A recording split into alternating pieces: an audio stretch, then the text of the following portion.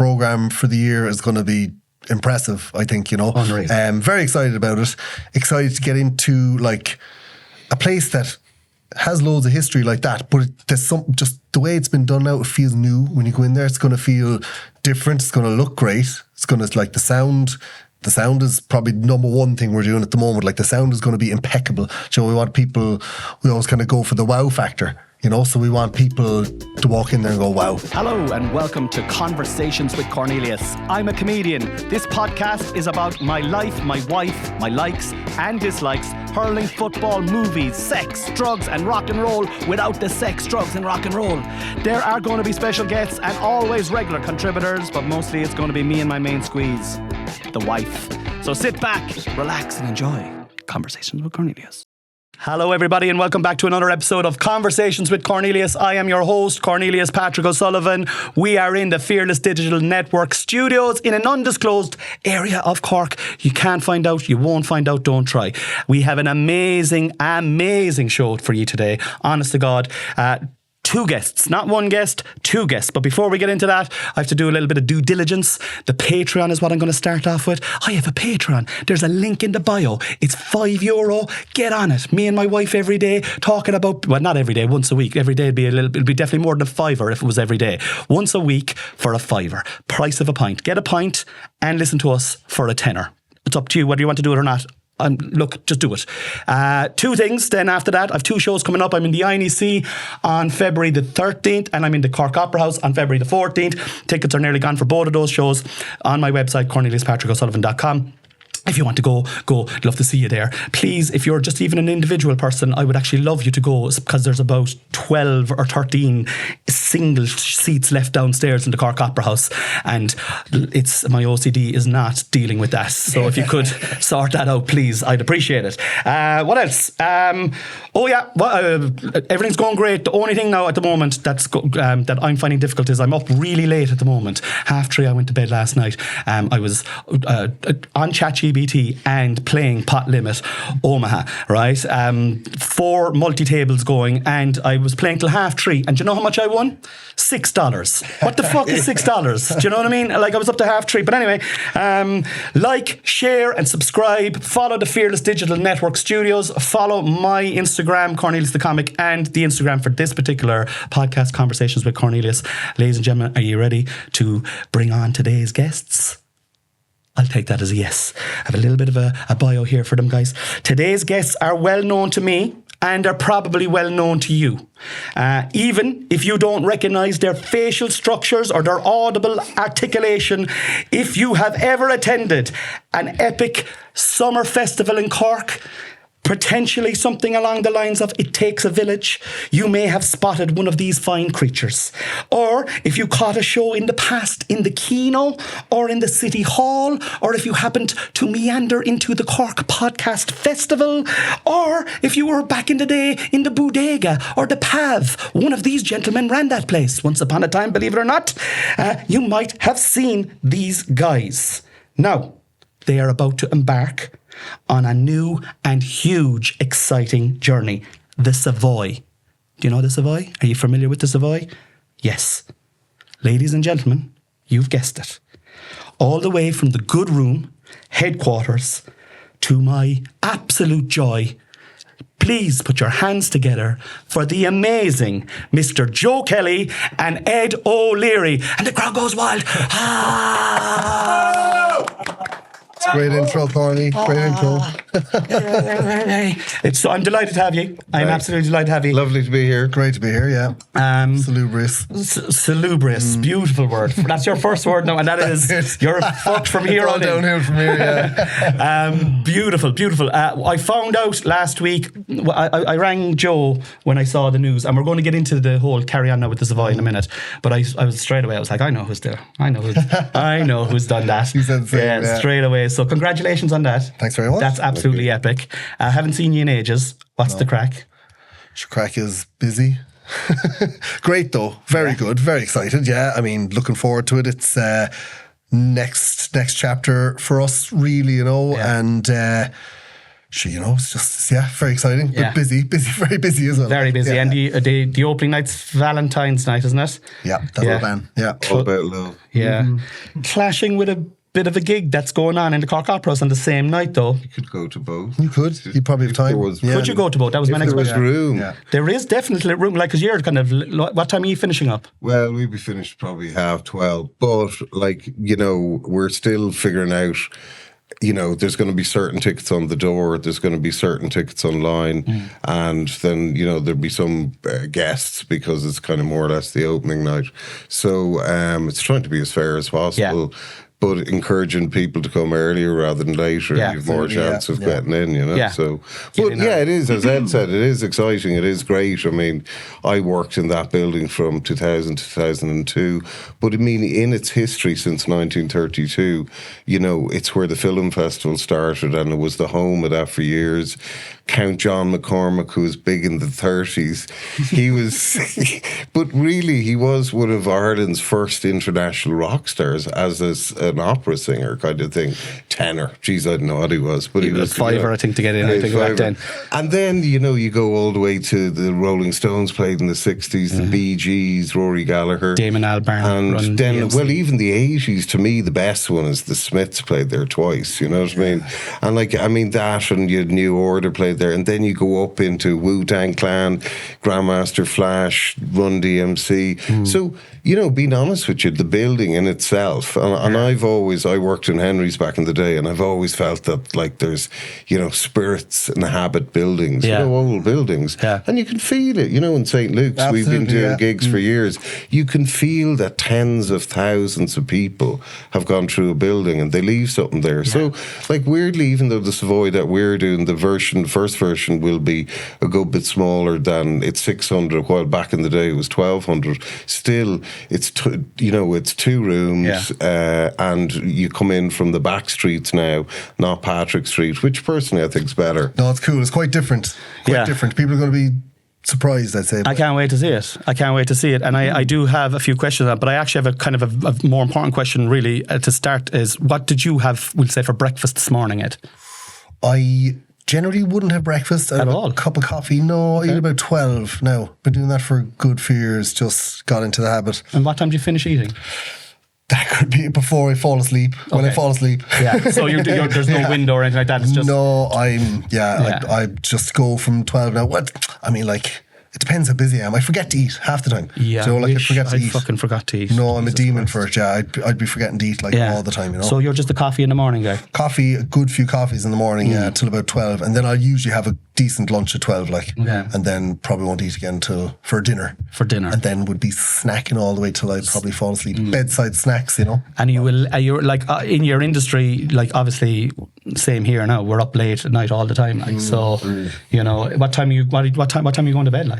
Depends. I mean, look, if we have a show, we're at a show. I mean, St. Luke's is good because you finish, the curfew is 10:30. We're in a residential area, so you could be, the latest you're probably getting out of there at midnight if it's a big load out. Yeah. No, I wouldn't say I'm getting out of there most of the time. Joe's probably there a hell of a lot more than I am. If it was a big band, it might be 12:30, but it's reasonable. Ironically, when we were looking at the Savoy time-wise, we're starting and we're opening till 12:30.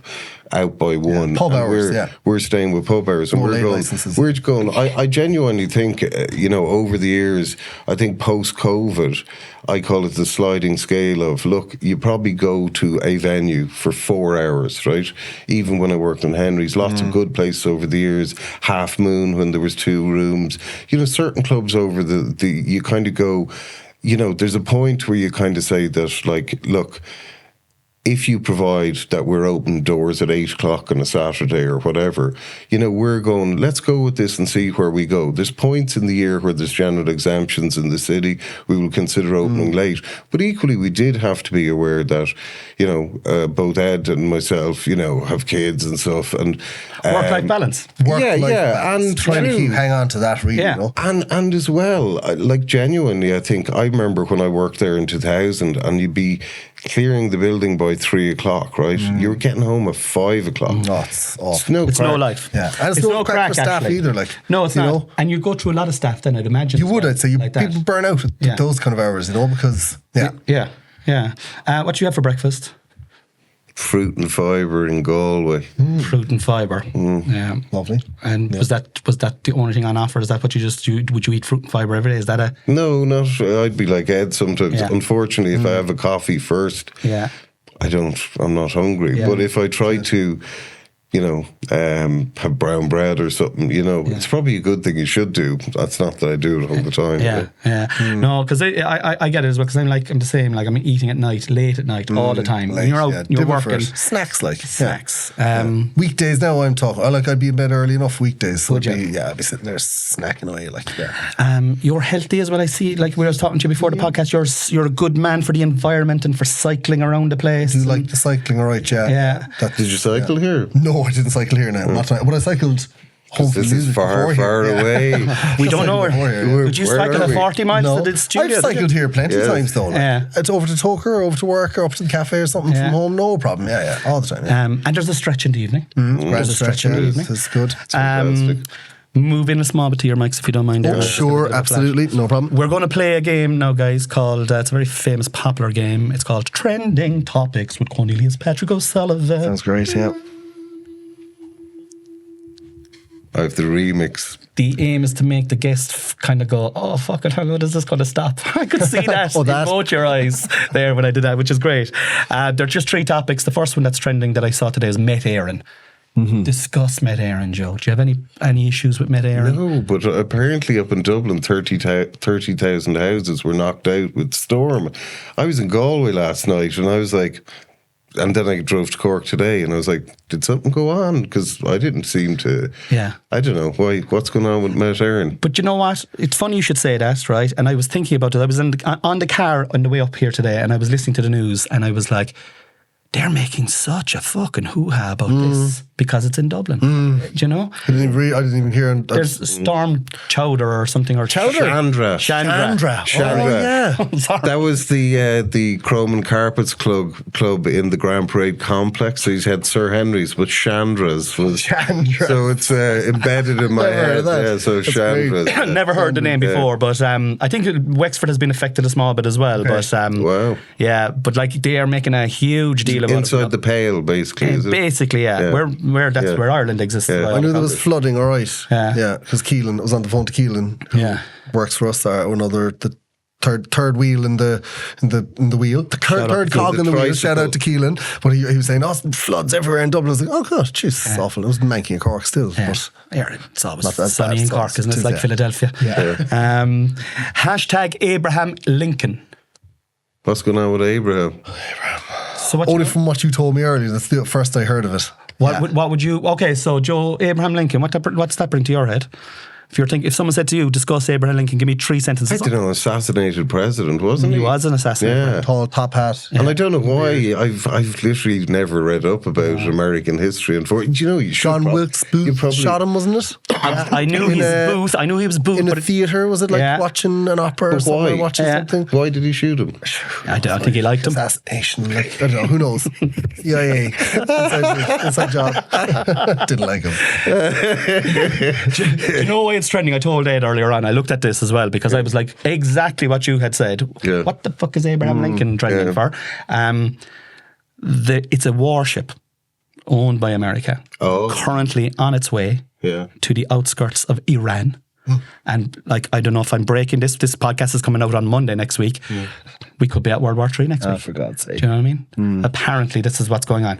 Now, because the besieged people of Iran are being, crushed by the government, but you could also, I think you could also flip that around to what's happening in America at the moment. The besieged people of America are being shot down. It's American bonkers. police. Oh, it is It's crazy, bonkers yeah. that it's imperialism, Completely. on the your man down in Venezuela taking him out. You're just like, wow. I stand back aghast going, for him to be in power, the Republicans, half the elected lot are that power hungry that they will let this man do. I'm not saying, it was all nice. There's probably certain points he's made that if American was playing the significant NATO budget, maybe Europe should be paying their amount, whatever. There's certain things that you can say, but he seems a lunatic, I think there's no doubt in anyone's mind that he's an absolute fucking lunatic, excuse my language. I just can't understand how we've got to the stage that he's in charge of the free world, and making all these decisions for war in Greenland and Venezuela, all these things. No, I think the people in Venezuela were having a tough time, to be honest. There's a friend of mine who's from Venezuela, and I think the general consensus on the ground there is that this is a good thing. Yeah. But I think long term it probably won't be a good thing, but remains to be seen. See what I see? That's Abraham Lincoln there now. There you go. Okay. See, that's how we go. That's how it goes. Hashtag BAFTA. Now I know fuck all about BAFTAs. You guys are...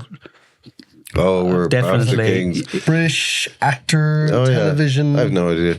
I heard Hamnet got more nominations again. Yeah. I thought, is it Hamnet? I think Hamnet. Yeah. I keep hearing Hamlet. Obviously, no, it's not. I'm more inclined to go to it now that it's not Hamlet. Hamlet.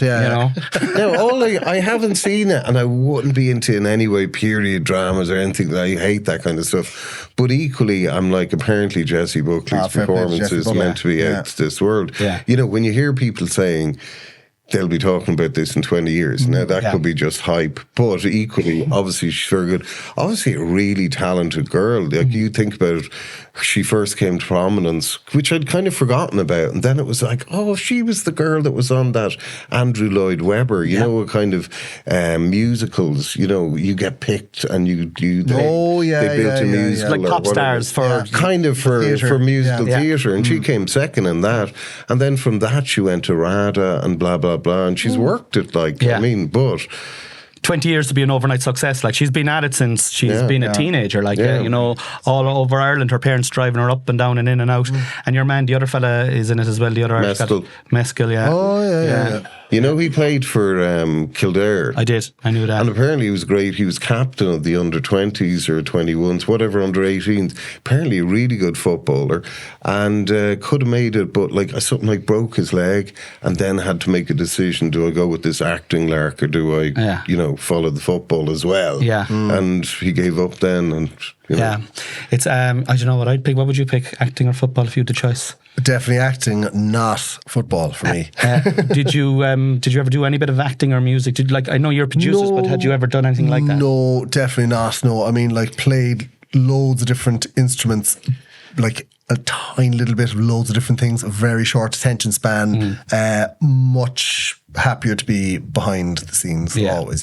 Don't really making speeches or anything. No, but you were DJing for years. DJing for years, but just a bit of fun, I often wondered about that growing up, DJing. Did you have your own albums, or so? Did you have to I know it's different now, but going back in the old days, did you have to bring in your own albums and play them every week? Records. Records. Yeah, that's it. And then CDs and whatever, and then just eventually a laptop, laptop and a mixer. And you were just this is my set. I'm just going to play this. Yeah, it depends. I used to do. There's a few years, in the 20s, when I was living in Kinsale, and the Market Bar, small back in Greyhound, and it was just a square. I remember DJing for a friend's birthday, playing loads of reggae and whatever. It was fun, party tunes, good, nothing too chin strokey, just very upbeat party tunes. But I would have made a set for that, you kind of go through sounds. Play this, play that. Have a return to your list if you're kind of not hitting the right note. So, and then a few just a couple of bars down in Killarney and stuff, the odd once a month, but nothing major. Nothing major. Nada. What about yourself, Judge? Did you ever in front of stage? I know. Yes, you've DJed loads. Brilliant. Tell me more. And why aren't you doing it anymore? I'm too old. You're too old. No, basically, when I came to UCC, there was a fella in where I met called Jerry Ryan, a guy from Limerick, and he had a synthesizer. It's like, whoa! And like, I had a bass, and it was like, so we started a band in college called Knee High Loves the Grasshopper.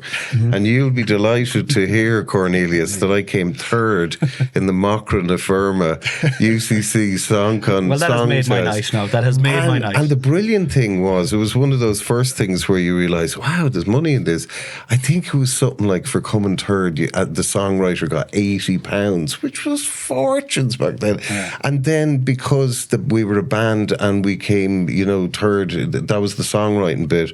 And I think we got about 40 or 50 quid a man, and that was like, that'd be like getting £1,000 now, or you know what I mean? There was loads, so I was doing that for the year or two in Cork, like we played 5 or 6 gigs, we weren't very good, being honest with you.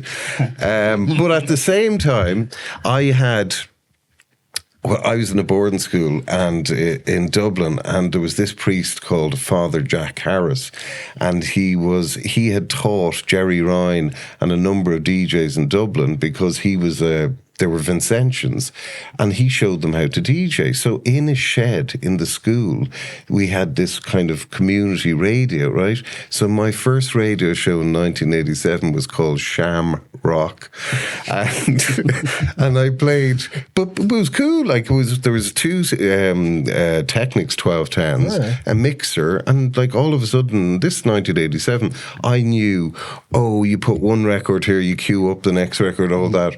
And then when I came to Cork, I rented out Henry's in February 1989, and we did a night, and I DJ'd at it, and that's how I started, so... Did you end up doing? Did you get a regular stint in Henry's after that, or was that just the one? Well, no, that was '89, and then I did about 3, 4, 5 of that. That was the Blah Blah Go Go Club, and how many clubs were in Cork back then? There was 17 nightclub buildings, right? And I reckon there was things like the club, even though it was slightly later, but like you hear the club and the keg and the grape. What was it? The FX, was it? Or FX, and the keg. Yeah. That complex. Yeah. But there was a nightclub back there in the 80s as well. It's funny, we're around the back of the Savoy, and there's Bakestone, and I DJ'd in this tiny little club in there back in 1991 called Malibu's. I fucking know Malibu's. And then Malibu was down where the FX was then. Yeah. That was called Malibu afterwards. That's right. Then. Yeah. Nothing to do with the other one. There was nothing better back in the day than 11 o'clock with 3 or 4 of your buddies, half pissed, walking into a kind of a dry ice, sticky floored nightclub. Smell of fags. Fags all over the place.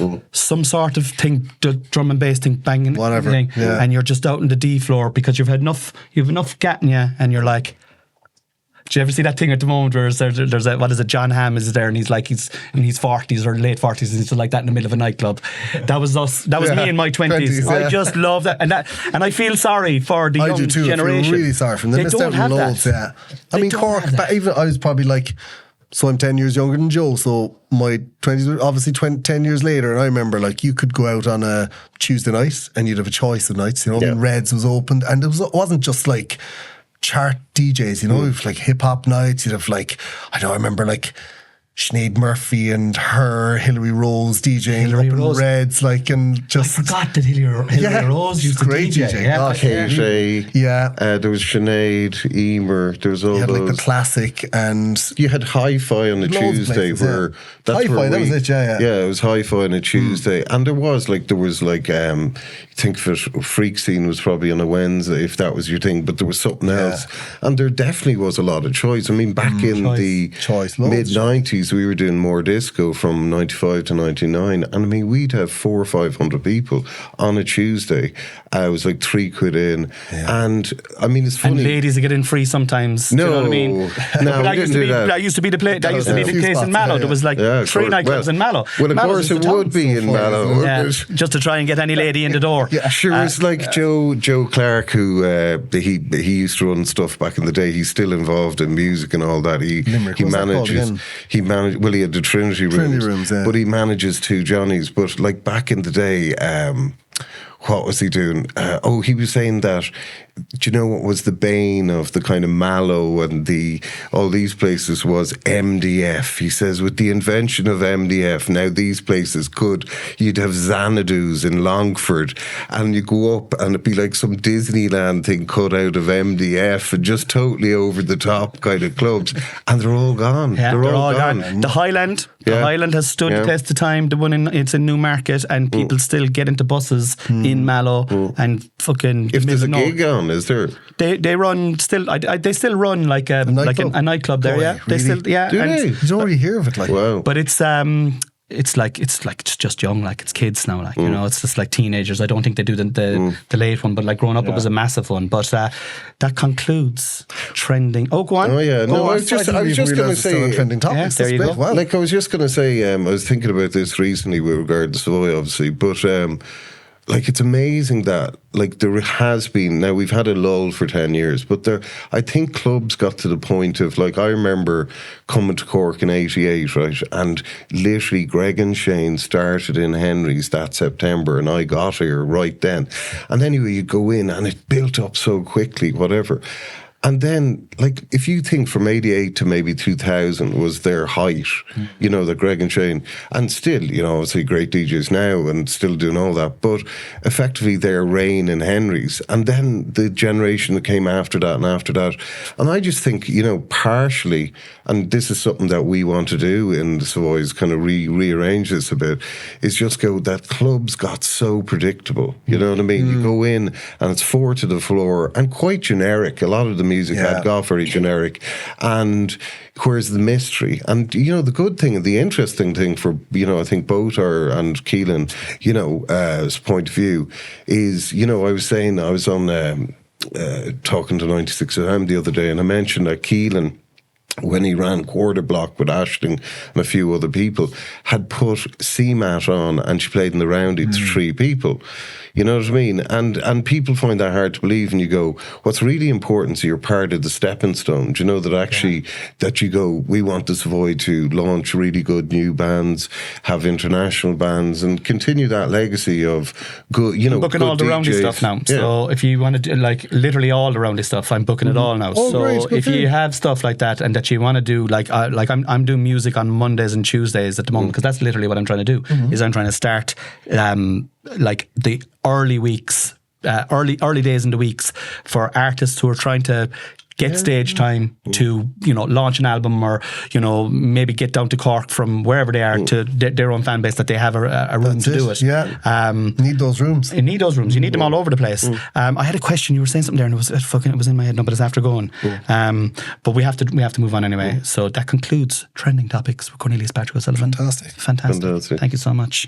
Now this we're into the hard hitting segment of the podcast now, guys. So please, any question I give you, don't hold. Look, I have to do my job. Yeah, sure. I don't want That's you to be fine. kind of holding That's any fine. grudges afterwards. Not at all. There's a bit of a love story between the two of you. How'd you meet? That's the first question. What's the love Do you remember? I remember. Do you remember? I do remember. I remember. yeah. I remember the day. I remember the actual day I met. Do you remember what he was wearing? I don't remember what. No, but I remember the whole vibe. I remember chatting. I remember everything. So Great. I'd been putting on shows in Cork for. What do you? So PAV was. I'm trying to think now. PAV was 2008. So it was around 2008. I'd say. It was the first year of the PAV. Definitely, I'd say so. Yeah.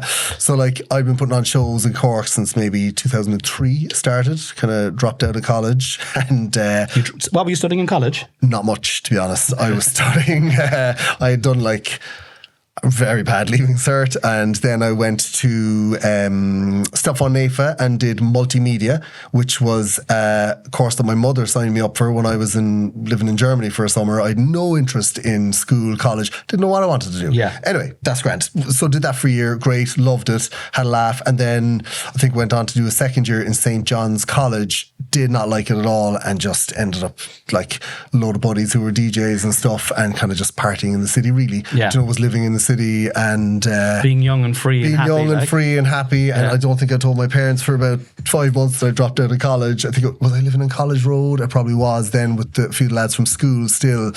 And then I suppose because I wasn't in college, started going out more and had a few buddies who were DJs. And then I think 2003 just said, we'll put on a night. And funnily enough, the first night I ever did was in FX. And it was actually a few of my buddies playing with Justin Robertson, techno DJ from way back in the day, maybe in the Savoy at some point, still a very good DJ. And loved it, and just went from there, and then had some really shitty nights, some great nights, and then over the years, was getting into kind of do more gigs, like doing hip hop stuff in Fast Eddie's, and put on fellas like Qbert and different shows like that. And actually, there was loads of shows. I mean, like you forget half of them until they all blend into one, don't they? Blend into one, yeah. But those days now were the early days, and you kind of remember them a bit better because you were probably you were either barely breaking even, or you were losing your hold on the show, which still happens sometimes, And anyway, the PAV had opened, and I think I got on to Stevie G and said, what's the story? Because I knew Stevie was involved. I said, what's the story doing shows in the PAV? And he said, come in to meet Joe. And I remember meeting him downstairs in the bar. And he was like, sit down there. Do you want some food or whatever, And took a picture of me straight away.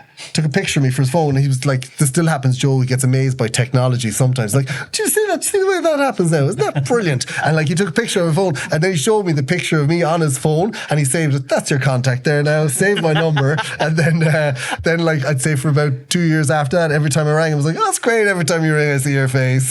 He's chatting away. And that was it. We sat it down and started talking about gigs, and Joe was being his usual Joe self, like just like really into it, really into doing something new, passionate, like very excited. I was kind of like, this is great. And then I think the next time I met you was in Bullies with Art, possibly. Next time after that. Sorry. I do remember the first show I did in the PAV was an absolute disaster. And you covered the whole thing, because Joe, I was just promoter, just bopping around, putting on shows. It was Jack Hoosie. Do you remember them? They were like on B-pitch label. Really good. German Berlin label. Berlin, but really good. Kind of reggae, electro reggae. Really good. But we got about 30 people. Like, it was just awful. So one of those soul-destroying ones where you're standing there at the side going, do you know the mad thing? And I'm sure you've the same in the comedy world, is that's the irony being, it's sometimes they can be the best gigs. Like in the PAV, we had this guy, Per Ubu, who'd be pre-punk, right? It was amazing. 54 people lost our complete holds on it. And you were just like, geez, and we were getting near the end of the PAV, and it was just like, that's all you need. That's not what you need. Roy Ayers as well. I remember one Christmas, 110 people to Roy Ayers in the PAV, and you were there going, oh my God. And you think Christmas with him, you'd be a fairly safe bet, like. Unbelievable. It's do you know, that's lovely. And as you were describing it, what I loved is, like, you lost your hole in the first one, right? And you're running the path, but you still didn't mind, because you knew what he was doing was great. Yeah, he's funded the whole thing. He covered it all. Do you know what I mean? Like, and got you back, and now you're partners.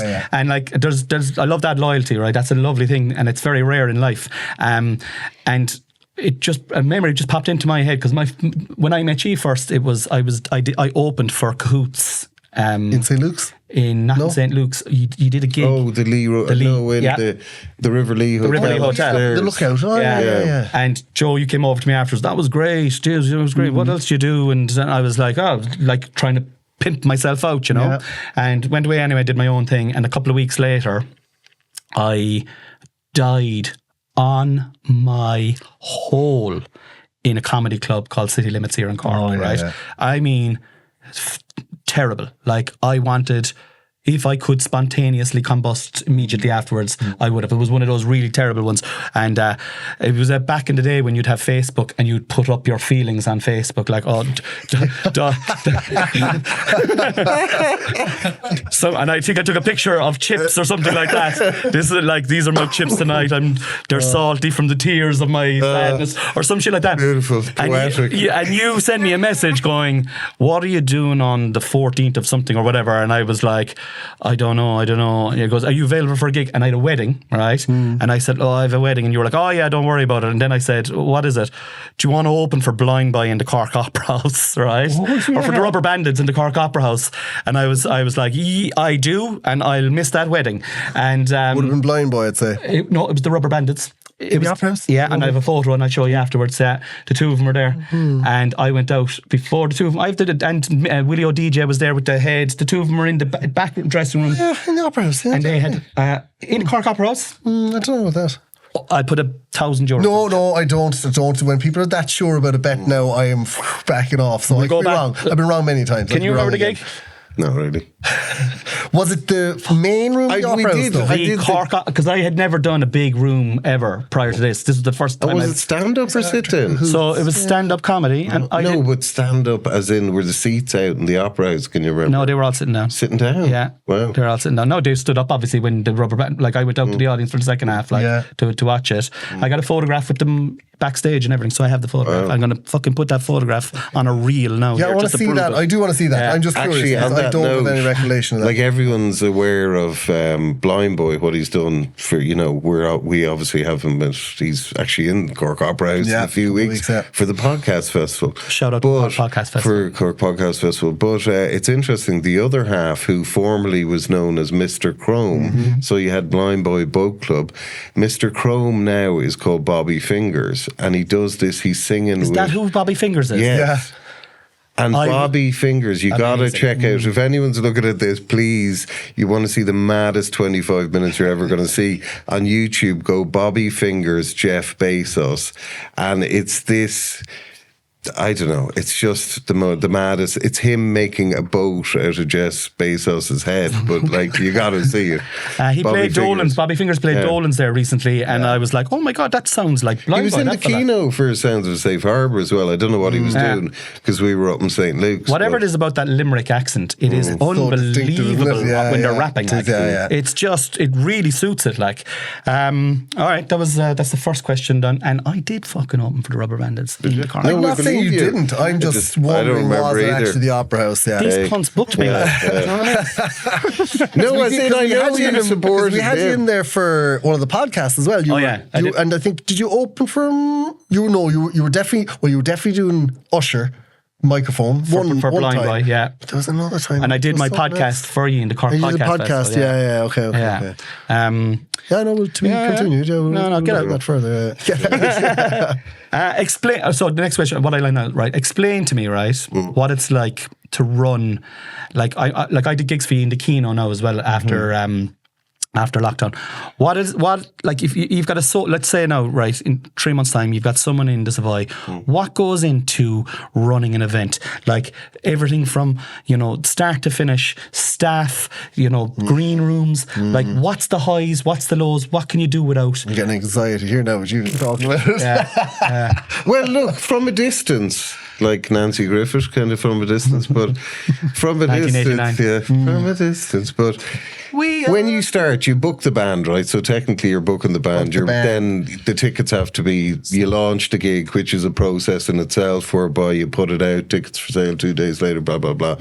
Then there's the next part, which is called... You have to have the venue first. Well, you have to have the venue first. Yeah, well, obviously, venue, that would come before booking. But it's not always. Not always. Yeah, true that. You can't always. But it's getting easier if you have two places. But and then there's what you call advancing, which is saying, oh, we're bringing this. Sometimes you might have to book hotels and this, that, and the other. Yeah. There's always what you're trying to do is iron out all the stuff so when they arrive, there's no surprises. Smooth. Do you know what I mean? So come in and play. And I mean, it's not that you get brown M&Ms only in the rider, but bigger bands. I remember we were doing Father John Misty in the City Hall, and it was just bonkers. For people who don't know, a rider, that's just like what... The rider's list of, I wouldn't say demands now, but it's a list of what they like in the dressing room, what they like in the fridge, what they want for how they want the meals to be done, whether it's lunch, dinner, whether they want you to order in food or give them cash for a buyout, like per diem. Yeah. So the riders, basically you've technical riders and hospitality riders, and technical riders, the gear they need to do the show with, and hospitality is what they want to be hosted with, which is absolutely perfect. Because I mean, if you're a touring band and you're going from one place, traveling by bus overnight, going to the next venue, you know, you want to just rock in, and if you're having breakfast, you're having your breakfast. Or if you need a shower, have your shower. You just want to be in and not go, where's this, or where do I find that, or is there any... And that's from their end, the tour manager is doing. So technically the band, once you have a normal enough size, to be fair, their job is to be on the stage, and they got to do the sound check. And other than doing interviews and whatever, they should really be blanking out and be allowed to be metaphorically blonde, so to speak, and just be like in the zone, and they just flow. Flow state. Is that a new flow state? That's but you know, right now. It's interesting you say that about the writer and stuff like that, because I was talking to you on the phone during the week about green rooms and all over the country in different types of venues, from like pubs and clubs to like, you know, really cool old venues and theatres and stuff like that, and the differences in the hospitality from place to place is absolutely mind-blowing. I can believe it. I give you an example. I'm only going to give you an example of something good, because I don't want to say anything negative, right? So I'm going to shout out to the Barras in Clonakilty, all right?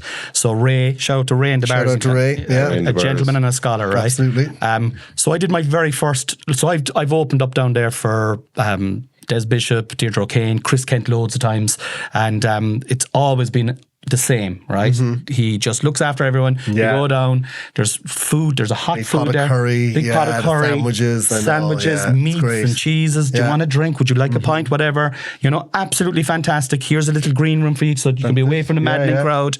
And it's only small, and I'd say I was speculating, like he's got one of these slow cookers, and I'd say he might spend 40 to 50 euro, you know, just establishing that. A little old meal, for everyone that comes in. You're welcome. And I went there with my very first tour show 3 years ago, and I didn't sell well down there. I only sold like about 49 or 50 tickets, something like that. That's not bad in that room, though. But it was still okay for the room now, and it was a great show, and it was brilliant, and I really enjoyed it. But there was no difference in the hospitality. Oh, yeah, absolutely. Which I thought was so cool. Yeah. And then I went back this year, and I had a really big crowd in, thanks be to God. And I brought 2 lads with me who were opening up, who'd never opened up before. And it was their first experience of it. And I could just see in their eyes, they were like, oh, look at this. Is this the way it is all over the place? If this is this, what's it going to be like in here? And the reality is that it's shit most places.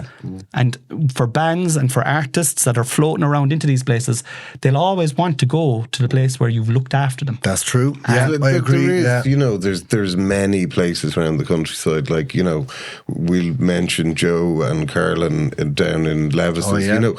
And I mean, it does touch on something. I don't mean the mom pop or the husband-wife thing, but that family approach to venues and businesses, and saying everyone deserves, you know, the same treatment. And, you know, it is what we as a nation have been known for years, hospitality. And sometimes, you know, we can forget that. I mean, you know, without saying, I mean, in other words, you to the best of your ability have to, you know, make the experience. But that's the whole experience of the night. Like in St. Luke's, we do pride ourselves that we've great people working with us.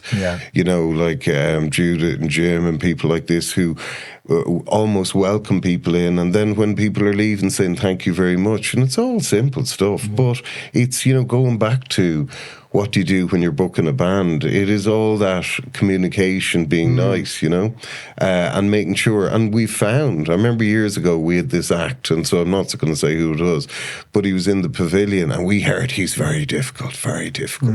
But we did everything that was asked on the rider and all the bits and everything, and he was a perfect gentleman, and there was no problem. So what that said to me was, that guy is a real professional. He tells you in advance what they expect.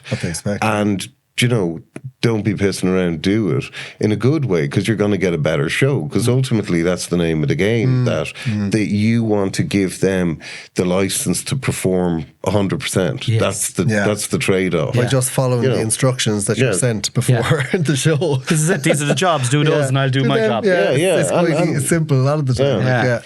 But like what you're saying, that doesn't happen all the time. And sometimes, so rare, Joe. Sometimes you kind of find that I don't know how you say this. Like, I'm not trying to be negative, but like they're. I do think, getting back to, I don't mind throwing the Savoy, but I think what both myself, Ed and Keelan, because I was thinking about this in last week, what is it you want to be? You know what I mean, as a venue? Do you know what I mean? And almost like where we started, in a musical legacy, that's easy to say. But like things that if you look back on when you were working in bars with Cleavers or any of us worked in places back in the day, there was the community spirit, the other thing which isn't said about clubs are the regularity of, you mentioned going out on a Tuesday night or Wednesday, which is gone now. Thursday. Is that really because there was no phones in any of these? But that if you were meeting your buddy, because you didn't have, well, maybe he did in your day, but we didn't. No. And you'd go, he'll either be in the Donkey's Ears, or could be Isaac Bell's, or could be, certain bars around the city, and you'd find the person, you know what I mean? Or, you'd always hear in our parents' time, I'll meet you outside the Queen's Old Castle, or I'll meet you outside Cashie's, But like I know from Henry's, and I was the front, I did the main room on Fridays from 92 to 95. But I worked in the building from 1990, and you just saw that every week, the people that were into what I was doing, a New Age, you know what I mean, which was the Friday night. Good name, wasn't it? A New Age. The name. But anyway. Well, it probably wasn't. No, that wasn't. I didn't think that was, but that was. Is it on now on a Friday, Joe? I don't think so. But the point was, Greg and Shane, who were on Thursdays, Saturdays with Donkey Man and Stevie down the back, they had a thing. And then Fridays was me, I was DJ Egg, and then there was Fork, who sadly is not with us, so we were Egg and Fork. But he'd be playing kind of big beat and this thing. So it's actually, but the point I'm getting at is that people came back every week, and there was that community thing, and you see it in good bars, you see it in good restaurants, you see it round town, that any of the businesses that you go into, that there's really nice people and there's a buzz, where there's call-ins, anywhere you mentioned the bars, I'm sure the staff are lovely, right across wherever it is, Farmgate in town, there's so many good places that you go that there's really nice people working there. You're kind of saying we want a bit of that and create our own version, and hopefully have people that are really interested in music, working with us as well and all that kind of stuff. So amazing, absolutely amazing. Question 3 of 5. Wow. Hard-hitting episode here, lads. The Savoy. Now, you stole a lot of my thunder earlier on. Sorry. All right. The Savoy. Iconic. Originally a cinema. Correct. Opened its doors back in 1932. Correct. Eventually becoming one of Ireland's leading music venues, hosting the likes of Count John McCormack. Correct. The Rolling Stones, which is amazing. Damon Albarn, Run DMC, amongst many, many, many more. The Smiths, obviously, I didn't know that. Twice. That's amazing. What is the plan? How excited are ye? Off you go.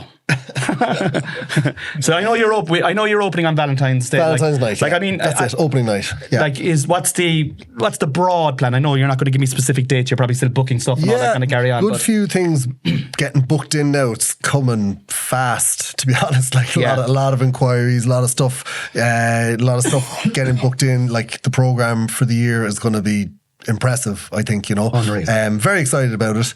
Excited to get into like a place that has loads of history like that, but there's just the way it's been done now, it feels new. When you go in there, it's going to feel different. It's going to look great. It's going to, like, the sound is probably the number one thing we're doing at the moment. Like, the sound is going to be impeccable. We always kind of go for the wow factor, so we want people to walk in there and go, wow. St. Luke's is a wow when you walk in the door if you've never been there before, Yeah, it definitely is. Yeah, so the plan is, look, we've great opening night with Spanish guitar duo Zorrito, kind of like very high energy, proper like Burrito with his Z. Yeah, I keep telling him. What are they called? Burrito with his Z. And then Cork's Samba brass band, Bula Boom. I was talking to Dara. Yeah. From Proc. Yeah, that's right. He's leader of the pack. Yeah. So very excited about getting them in because they're fantastic. They don't do a huge amount of gigs during the year,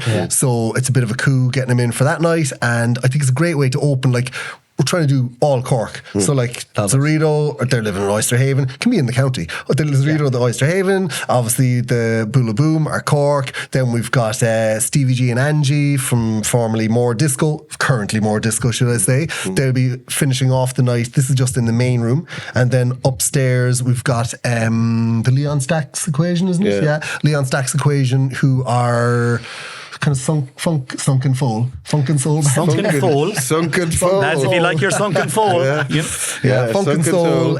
Great. They're kind of lounge funk. No, I think there's 6 people. They're really, really good. They're You know, great, one of those that... Duffy like, actually, Brothers. they're on... they're from... Are they from Contain? No, they're not. They're from Meath. I know loads of... We've often got Meath people to play for Cork in the past. But they've been living in Cork for a long time now and back and forth. And DJ Danilo then, who's a Brazilian DJ, and I think he'll start the night in there, to be honest. We're going to do it in reverse, you know, so we'll have like bands on first in the main room and then DJs to finish off, and DJ on first in the new room, the lounge, and that Leon Sax Equation to finish it off then. 2 rooms? 2 rooms, yeah. What's the capacity of the big room? Well, I mean, like about 450 on the floor, I'd say, you know. Standing? Standing, yeah, that's it. And then upstairs, about probably another 150 standing in the lounge, we're calling it now, which is... the old foyer. The old foyer. Yeah. So you used to walk, because the stairs are now gone from Patrick Street. I can't wait to see it. I know, it's good. It's like, I mean, it's kind of the same, but it's quite different from your perspective when you go in. You're kind of going to be a bit disoriented. You're coming in on the main floor. Yeah. And then you're going up to what was and then you go upstairs foyer. to the foyer. And the foyer was always, even 25 years ago, it was always a lovely room, but the problem was it was a corridor. And there was just traffic coming at you from so they would never got a chance. Like, even back in my day, we used it as a room too. Never really worked. Like, I remember actually... No. Des Bishop being there he was a rapper before he became a comedian. Him rapping there at a primetime event, and we were going, and even Des was like, "I was kind of shit, wasn't I?" It was like, no, you've got something going on there. You've got something going on. But now because ironically those doors you come up the stairs are blocked off. Stage. Both the fire officer and we wanted it anyway, which was build a stage there. You know, you have to cut up. It was put up a wall or just stop. So it's just giving you another room. It's a whole other venue, you know. It's somewhere. It's a small room where you could have like, you know, kind of like even like 60 to 100 or 150 people in there will feel really nice, and it's like it's just plush carpet, and you know, sound will be great in there too. And sound will be great there as well. Excellent, yeah. Obviously, I'm always thinking just from a stand-up point of view, and I know you're 90% music promoters, but you have done comedy. Yeah, I've done, of course, yeah. And so if you're looking at 400 standing and 150 standing in the small room, will there be seated events? I don't know. Like we're kind of to and fro about that. Like because if you're doing upstairs, certainly I'd imagine we will be doing stuff upstairs. You know, but we want to make it kind of. I don't want to give too much away now. We'll keep that. But look, we want to change stuff upstairs, but downstairs you're really cutting back on your capacity. Do you know, like you're probably looking at maybe 200, 250 seats or something. So it's not financially viable then? Well, it's just not really worth it, for a venue that size. I know. But like St. Luke's is great for seated shows. Exactly. You know, and that'll still be cool. Can 2 gigs coexist at the same time? Yes. Oh, absolutely, yeah. Like almost that. Jazz weekend about 7. That's classic. 7 at the same time. But it was funny, a friend of mine I was speaking to the other day, Cyril, who used to do stuff for years and still DJs in Galway, and he mentioned this, and I was like, actually, that's kind of what we're talking about, which was there's a club in Dublin, and we did it as well in the Half Moon. We had a thing called Cabaret Deluxe. And so you're kind of going, like, if you've a certain type of DJ in the main room or a certain type of band, well, what's the opposite to that almost that gives you, I don't mean respite, but just a different flavour. But I know it's because if you ever go to Crane Lane, right, and I like Crane Lane, I think that sometimes Crane Lane do it really, really right. You can be in the 3 rooms in Crane Lane, and it's 3 totally different venues. 3 different vibes. Yeah, that's it. And like, that's an exciting thing to do as a punter. You're going here. I remember the first time that happened to me, I was with my friends in the front bar, and then I was looking for another friend. You end up in this, and I couldn't believe there was like, I think there was like it was actually kind of a calypso kind of Jamaican jazzy thing up in the main bar, and there was people just losing themselves dancing. And back in the bar I was, like, there was lads talking about a football match and a hurling match, and there was dates, and there was a kind of a DJ in another room, in the middle room. And I think that is always an interesting place to go to. I love that. Yeah, but anywhere you can find like that, where, like, you know, you're going through the door, what's in here? Yeah. You know, like, especially if it's your first time there, and then if you're going back, I mean, I just love higgledy-piggledy places, you know. Higgledy-piggledy, I mean, some of the best, I think one of my favourite shows I ever did in Cork years ago, I always remember it because it was just like that now, it was but kind of reminds me of what we're going to be trying to do in the Savoy as well, and on certain nights is like I put on, there was a Snow Patrol DJ set, Gary Lightbody was coming over, and a few of the other band, and Bell and Sebastian as well. It was in Fast Eddie's, former Fast Eddie's, but like it was the whole, but Bell and Sebastian showed up, Gary Lightbody didn't show, no show, I don't know, I'm not sure. No Gary show Bollocks. due to snow or something like that, you know. Yeah. But he didn't show up, so I had to sign up. But like, that actually wasn't even the main thing. It was the main thing that was getting people in the door. But like, we had every room in the venue, in the whole block open. So you had, like, I can't even remember the name of the bars. There was the Quad, then there was maybe the It's Fast Slate, Eddie's. Were you and then you had another one's upstairs. Yeah. So you had about 4 different rooms, I and think like you it's had reopened again. It has The reopened Quad, the again, roof. yeah. It's a good space, and you yeah, had like upstairs. Sangre Latino, Spanish band in one room. Yeah. Then you had like somebody playing folk in another one. Then you DJs upstairs, and then there was something else somewhere else. And you'd be going through place to place like that. Where's Me Culture gig you did in the Mardyke? Remember that? Mardyke in Similar to 2005. that. Our That was great. Telefunken, which we did in the Metropole back in the day, and it was like 1,200-1,400 people. But we had these guys at the time, they're the only guys in Ireland, this is back in, I don't know, mid-90s, and they were called the Light Insurgents. So like we had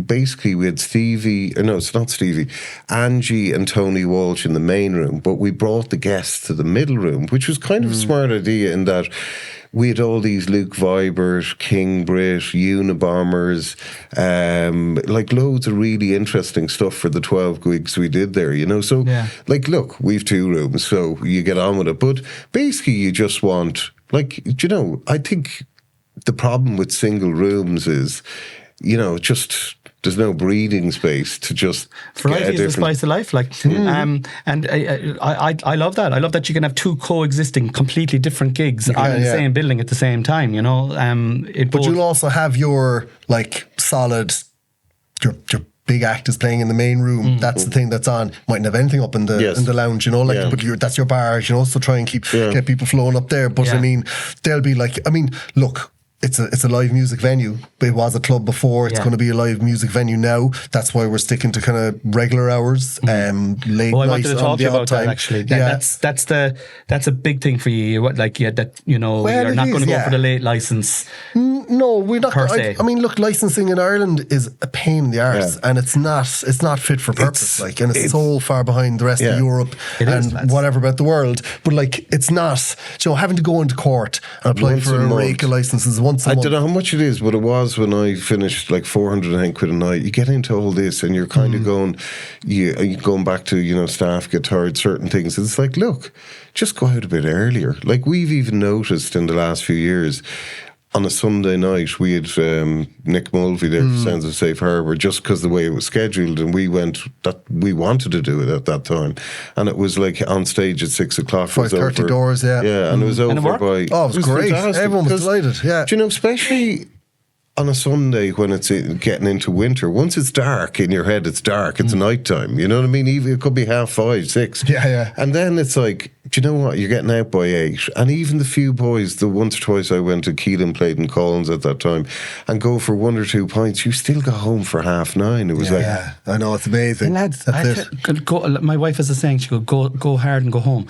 Like, absolutely. You know, go hard and go home. Like 3 or 4, like, do you know, I'm in my 40s, Noelle's in her 40s, you're in your 40s, wink, No, wink, not. you're in your 40s. Do you know, like, I have no interest in being out till 2 o'clock. No. I have no interest in it. If I'm out, it's usually like, even with stand-up gigs, like I'm finished on stage by 11 usually. Yeah, and the only time you'd be, you know, getting back in at 1:30, 2 o'clock is if you're gigging 2.5 hours away. And interesting, like, it is post-COVID. I mean, you have to look at the positive things that happened, whereby if you come up to St. Luke's, and the weather's anyway decent, the seats outside Henchies are full first. And it's almost like, having to go inside is kind of not in the plan, right? So that changed. Then, as I say, the sliding rule of 4 hours. Remember, they went round, we're closing the bars at 10 o'clock, and everyone went, we'll go out at 7 o'clock. Forget about some of the stuff. And we're closing the bars at 8 o'clock. And it was like, fuck you, we'll go out at 5 o'clock. Yeah. So, that was the interesting thing that I think now you decide. And as I said to someone recently, I said, look, one of the best clubs in the world is Body and Soul in New York, Joe Clausel, Francis Kerbaki and all these guys. It's on a Sunday from 12 noon to 12 at night. And so, we have to, in itself, and it's something we want to do definitely, is it's not so much redefine, but make it work that, look, if we're finished at a certain time, there's something on after us, knock yourself out. Yeah. You can get to go to 2 things. But when I was back in the PAV in the day, we thought, we'll stay open late night, blah, blah, blah. Sure, then people went, they're late night, and they turn up at 1 o'clock, and you're like, well, that was great. So be sitting there looking at empty venue. And then they're coming in langers as well. Then at that stage, racing all trouble. Yeah. Lovely, lads. 2 to go.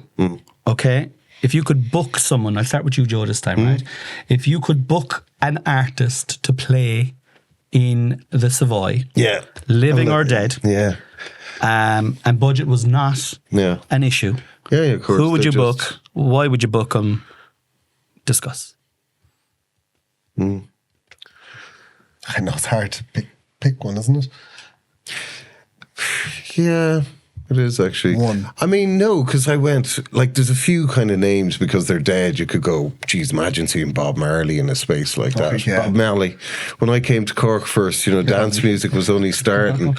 And so you had guys with ghetto blasters, double denim, and it'd be like, they'd be literally grooving along the hard shows and they'd be listening to Bob Marley or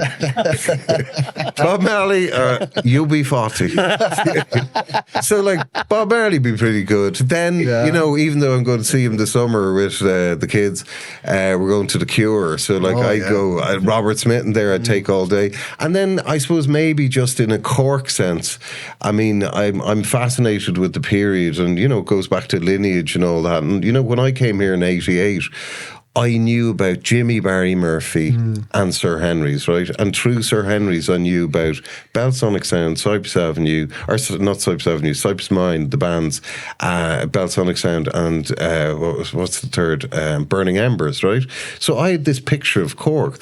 But when you go back, which is, 1979 to 81, across from the train station, the Arcadia, which became actually, we did a few gigs down there back in the day, but it was this period where The Cure played there, UB40, U2 played there loads of times, this lady Elvira Butler, and for a 2-year period, they were knocking it out of the park it was called Caught at the Campus, So to answer your question, who played at that, and I'd be buddies with, 3 of them, the 3 surviving members, but None Attacks with Donnelly being alive. I'd love to see Donnelly, who's the lead singer of None Attacks, just fascinates me. None Attacks. None, N-U-N. N-U-N, Attacks. And then A-T-T-A-X. So None Attacks were a Cork band from...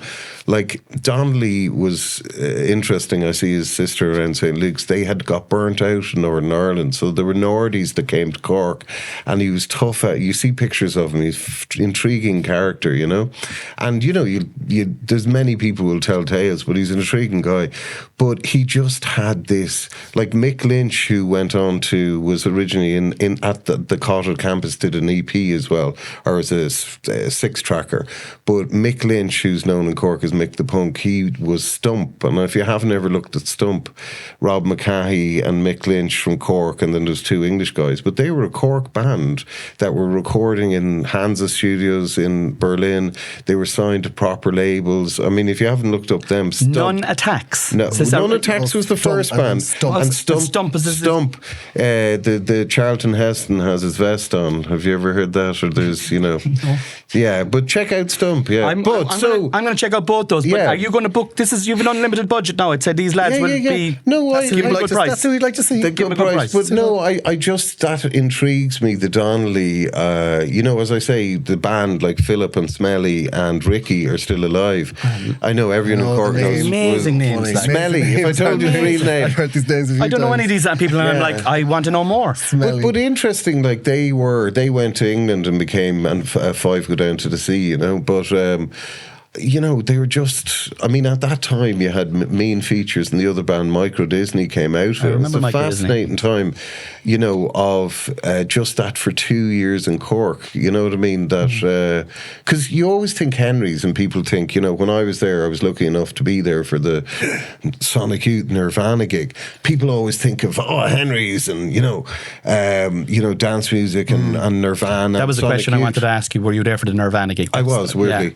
Did you meet Kurt Cobain? No, I didn't. Okay. I remember standing there with, he's a barrister called Mick Kelleher, and Mushy, my buddy, who's lives in Greece now. Three of us standing there with pint bottles of Bulmers, just observing the support band and just kind of, look at your man jumping around the place.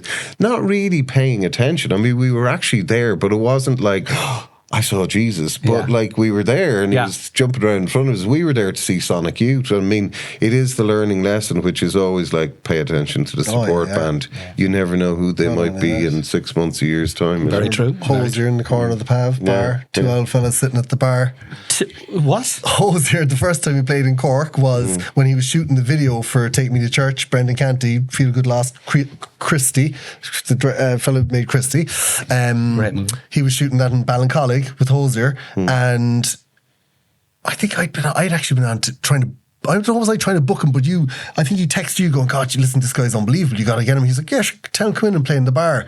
And he played in the corner of the bar, at the Pav bar, the old Pav bar, and there was two old fellas farting away at the top, sitting at the bar, and he's there shut up, singing "Take Me to Church" and the first few songs from the first album, And he played there again. Then recently, not long after that, then was his first Irish tour, and he played. Booked him. No, because I spoke to you the next day, and I was like, incredible, Jesus Christ! I was like, that guy. I said to Brendan Canty, I said, he's going to be on Jules Holland within the year. Oh, he was. Sure, he was in America. And he was, but it was just like, it was amazing. And luckily I've seen it a few times. I mean, back in the day, we did 3 years of It Takes a Village in Trabolgan, and I was saying to Ed, this band at the time, they had 5 songs, Fontaines. I was like, they're going to be fucking huge. Like, you could tell. We didn't have them at It Takes a Village now. No, we didn't, but we tried to get them. Yeah. And like, they were, by today's standards, obviously what they got now, but like, they were very, they were an upcoming band. I mean, like Mary Wallopers. Mary Wallopers. A few times. Well, we had them first time as It Takes a Village, and like, because they were in TPM, so they were a hip hop band. Yeah. They were hip hoppers. Have you never listened to TPM? No. Oh, you should. You got to listen to them. They're absolutely. I need to listen to more new music. Even on the way up now, I was listening to. No, you love TPM. This is old now. Probably this band. I don't know what TPM come back, but they're fantastic. Like, they're just so funny. They like, said even to us, videos. they said, oh, we've got this little kind of trad folk thing we do as well, but we'd have to bring our buddy Sean, we need to bring Sean as well, so we need 150 quid for it. And we're like, fuck it, yeah, grand, come on. And they played inside in one of the houses to about 30 people, the 3 lads, the original 3, like.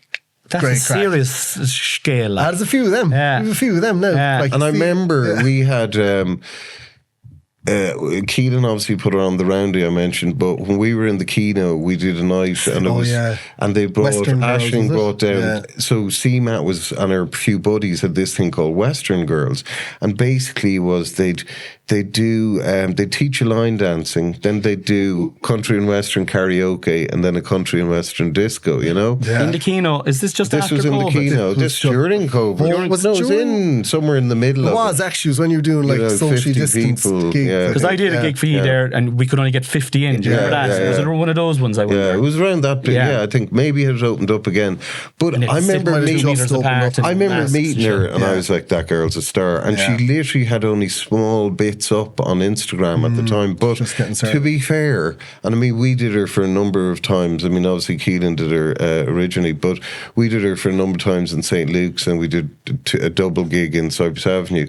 But you know, in fairness, like that girl has worked. Oh yeah, like for the last 4 years, herself and her manager Barry and the whole band and blah blah blah. And like, you know, it's not by accident. No, it's not. Like, it never really is by accident. No, but there's a lot of work goes on. But you have to have a lot of luck, and a lot of work, a lot of work. But if you were to see her calendar, like even the other day, it's like I remember when she was up in St. Luke's. And he was like, she'd done the sound check and her voice went, and we had to refund people.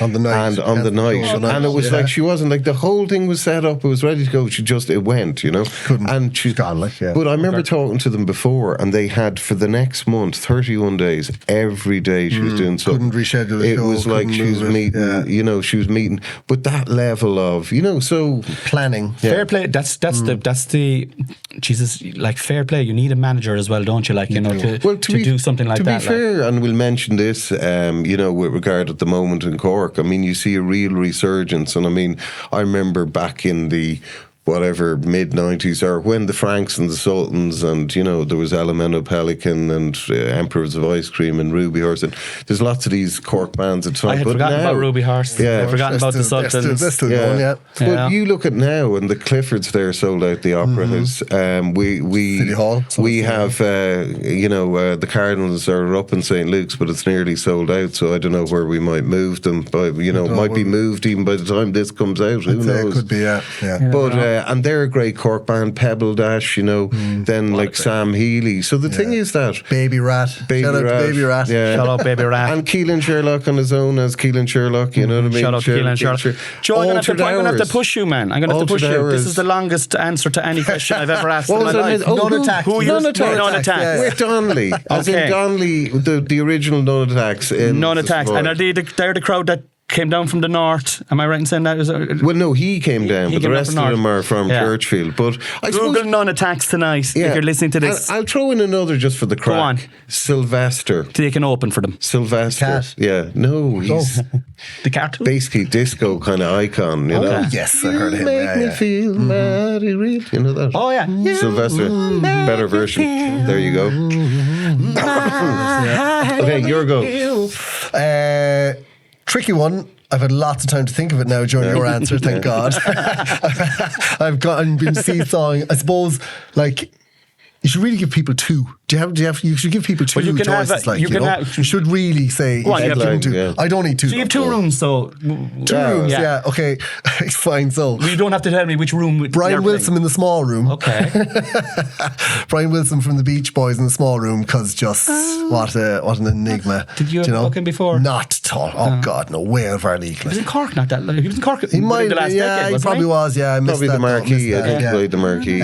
But a band I've been trying to book for such an album. Years and years and years, and never managed to have seen loads of times, is Fat Freddy's Drop. Oh, yeah. Great band. Kiwi. Kate used to bring him. One of my best ever gigs was Fat Freddy's Drop in the Half Moon back at the Opera House in the city, I don't know, back in the noughties, some stage. Kate McLaughlin brought him over, and I remember like the trombone, ducking under the trombone as he was like bringing it out, you know.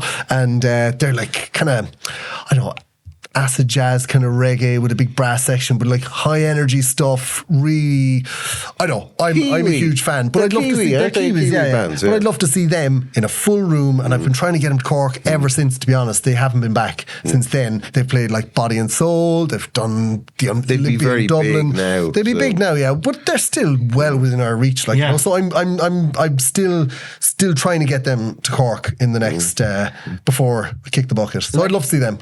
They're 2 absolutely incredible answers, to be honest now, because like, you know, you'd have to be a real music nerd now to know your tune, like from back in the day. And like even what you're saying there, like, I mean, I was thinking you were going to say like, you know, U2 or like, you know, or like, you know, I am more of a pop tart than Joe now, to be honest. Like, he's he knows the fucking history. Like, you ask Joe about a band, he'll tell you who their grandmother was and what she had for breakfast the morning she died, you know. That's probably why you're at the top of your trade as well. That it's like, it's more than a job, like it's an obsession. It's something that you love, and you breathe in. And I wish you, I genuinely mean it, the fucking best of luck with it. Because I know I've been hanging around with you and doing a few bits and pieces with you over the last 5, 6, 7 years. And great guys to work with. The Good Room, follow The Good Room, guys. That's these guys here. And everything you do, whether it was Takes a Village, Live at St. Luke's, the Cork Podcast Festival, it's always top class. It's always top class. Thanks very much. And it's always super well done. And you're Cork as well. So support Cork, lads. Support Cork, support the boys. And go to the Savoy. T23. T23. T23. You're T12. T12, yeah. T23 for forever. Northside. Northside, Southside. It can work. It can work, guys. Look at this. Look at this here. I have one final question. And Ed, I'll start with you this time, right? Unfortunately, I'm very sorry to let you know that you have been convicted of a crime you did not commit, and you are being sentenced to death, and that is actually happening tomorrow. However, the jailer's taking pity on you, and normally you get a last meal, but this guy's going to give you a starter, a main course, and a finisher. Ooh, very nice. What do you have? Okay. And you get a drink with and a drink with it? Yeah. Yeah, okay, that's and a fine. different drink for each meal as well. Really? For each course? Okay, lovely. He really likes you. Right. He's disappointed that you're going to be dead look tomorrow. for a starter. I don't. Main course anyway, I think a really good. It's not something I would eat a lot or something I would order in a restaurant, but if the option to have a really good fillet steak cooked rare to medium, little peppercorn sauce on the side, few other little accoutrements, maybe some like potato gratin, garlic potatoes, maybe 3 different types of potatoes next to it, and like everyone who I asked this question some for, veg. I'm getting hungry now. Yeah, there's definitely spuds. But something like that for the main course where you're just kind of adding little. I love sauce. Sauces. If I was a chef, it'd be the saucier, but like have loads of little sauces and stuff around with the steak. Maybe garlic butter, as well as the peppercorn party time. Weirdly, I was going to say the same thing. Yeah. So it's going to go. Starter, like I'd say maybe some kind of like prawn thing, maybe like prawn pilpul. Maybe even like go as far as like a good prawn cocktail. I know it's boring, but like there's nothing I really enjoy. Do you like a prawn cocktail? I've never had one. I do like prawns. Yeah. Prawns for me, it's the eyes with the prawns. Like. No eyes. I wouldn't eat the eyes now. I'd just have the tail. Can you eat the eyes? I'm sure you could eat anything. No one does. I wouldn't. No one does. No one does. No, you don't eat the head. Body. No. And the shell. You don't eat the shell or anything. It's just the meat inside, obviously. Yes. I've never Mr. Bean now with the prawns eating the whole prawns. And what will you have then to sweeten yourself? I have a very sweet tooth. I'd nearly say a tub of Ben and Jerry's fish food ice cream, I'd pound one of those, no problem for you, sitting right here. Big fan of that. Or like a Knickerbocker Glory or something, like a big kind of fancy ice cream, again with sauces, like maybe like honeycomb popcorn, so like honey popcorn, like lots of little bits in it, and just kind of. I'm starving. Me too, yeah. It's that's unreal. Fucking good meal. Bar the prawns now. I'm going to go with I would definitely. Prawns pilpul, garlic prawns or something like it. Doesn't have to. I must try them because I'm always given. Do you ever have prawns, no? I've never had them, and I'm giving them a lot of grief on this podcast over the last couple of weeks. Prawns are nice. People have said prawns a few times, and I'm like. Do you like fish? I like salmon. A bit of cod, maybe. Sometimes I like battered cod. But salmon would be the only kind of fish that I'd. Vanilla with the fish, so prawns be. Yeah. Is it very fishy? No, it's not actually. No. It's a lovely texture. Yeah. I think shellfish. I'm not mad about swimmy fish, but like shellfish, most of it I like. Like I wouldn't. Not oysters, weirdly, but what are shellfish? Like clams. Clams, mussels. Crab, mollusks, stores of mollusks. Crab, lobster. I always growing up, Lobster's okay. I would have rather lobster's crab. like prawn. Prawn's like lobster, but not as nice. Yeah. Okay. Yeah. And small lobsters. They're small. That's I suppose that's what they fucking are. They're not. I've been giving them a lot of shit on this podcast anyway, and I apologise to you. If you like lobster, you like prawns. Yeah. I'd say, I don't mind it. And the thing with what did you say there a minute ago? You were saying. Fucking now I'm thinking I should have added lobster to the surf and turf. Scallops. Sorry, I was thinking of scallops. Oh God, they're just beautiful. like fucking. Scallops are lovely. Yeah. They're too cummy for me. They're too cummy for me. Yeah. They're cooked properly. Like, I've never gone down that road. Joe, I've heard stories. All right, but they're a bit. I don't know. No, they're oysters. That's oysters. Oh, maybe I'm thinking scallops are like the little. Are the kind of ones the oysters are a bit. They are a bit slurpy. I find them a bit salty, but oysters. They are quite sexual. Your fucking sex abilities. The action. True that. I need to get on them because I'm only fair to Middleton. Fair to Middleton. Fair to Middleton. Tell me your beverages for to wash these down now.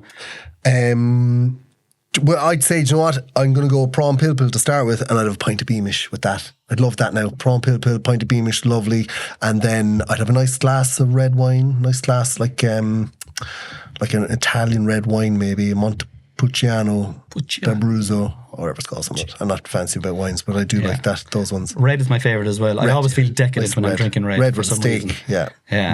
And you have another drink if you want. You can have a... With the dessert era, old coffee maybe. With the dessert, if it's my last meal, sure, why not? Yeah, it's not going to keep me up. Anyway. It's not going to keep me up. Yeah, exactly. Awesome. Oh, that's like the outro music. Yeah. Was that your fault? It's all right. Don't worry about it. What are you having for your last treat, Joe? Starter, main, dessert. Yeah, I suppose, do you know what? Even though I wouldn't ever have it like this, feck it, do you know what I mean? You're dying, I'd go, if it was like a really, really good seafood chowder, I do like. Yeah. I also would possibly go for the steak, but seeing that Ed has, I'd be like, but there's nothing better than a really good carvery roast beef if it's really, really, really good. With the Yorkshires. Yeah, the Yorkshires. All the accoutrements. Yeah, all the accoutrements. Yeah. As for dessert, parsnip and carrot. I can't really think.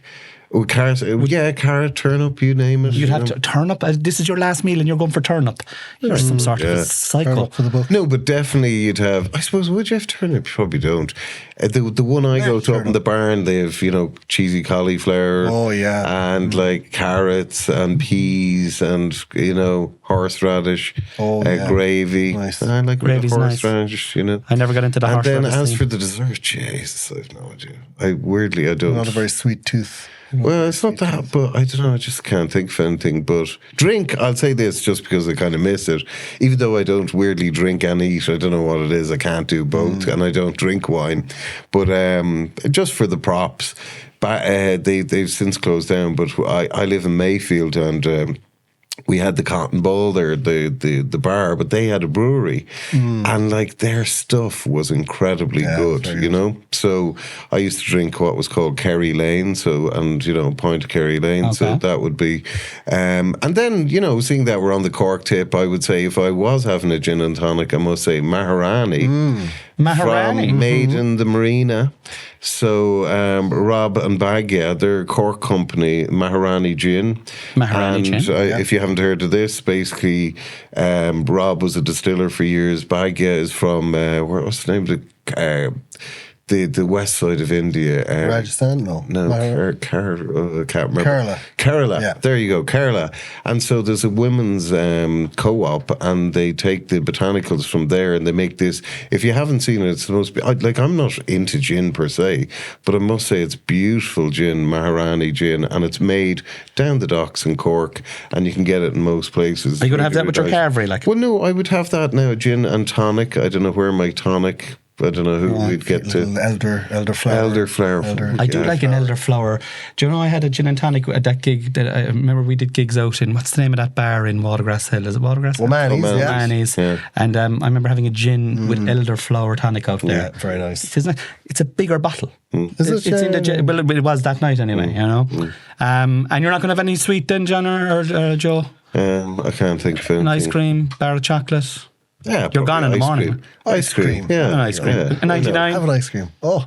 Yeah. Why not? 2 flakes for Joe as well, lads. Yeah. Guys, I want to say thank you so much for coming on to the podcast. I appreciate it. I wish you the best of luck. Thanks very sincerely. much. Thank you. And please follow these guys, the Good Room, the Savoy. This is going to be the place to go out in Cork City from February 14th till the day the planet ends. All right. Good night, Irene. I'll see you in my dreams, staying by the wall. Thank you.